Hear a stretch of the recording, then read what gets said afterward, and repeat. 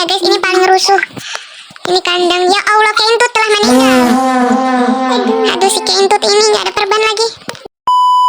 Halo guys, hari ini kita itu lagi mampir ya guys di update. Itu sekarang itu udah jam 1, udah selesai update-nya. Kita habis dekor-dekor guys. Kita buka. Kita masuk dulu ya. Di sini ada yang jadi kayak cabut wortel ya guys ya. Tuh, mencabut-cabut wortel seperti itu ya guys ya. Tuh ada supnya juga. Supnya tuh dijamin enak loh di sini. Ini ada kue juga. Terus di sini ada barel-barel ya guys. Sorry ya guys, itu ada suara-suara agak jelas ya guys ya. Soalnya itu ada teman aku yang lagi videoin juga. Ini ada barel minyak banyak banget. Terus juga ada kayunya, terus ada besinya. Terus di sini ada tempat, ini tempat barang-barang gak berguna ya. Terus di sini juga ada kasur dan lain-lain. Selanjutnya kita ke kandang ya guys. Ini paling rusuh. Ini kandang, ya Allah, kentut telah meninggal.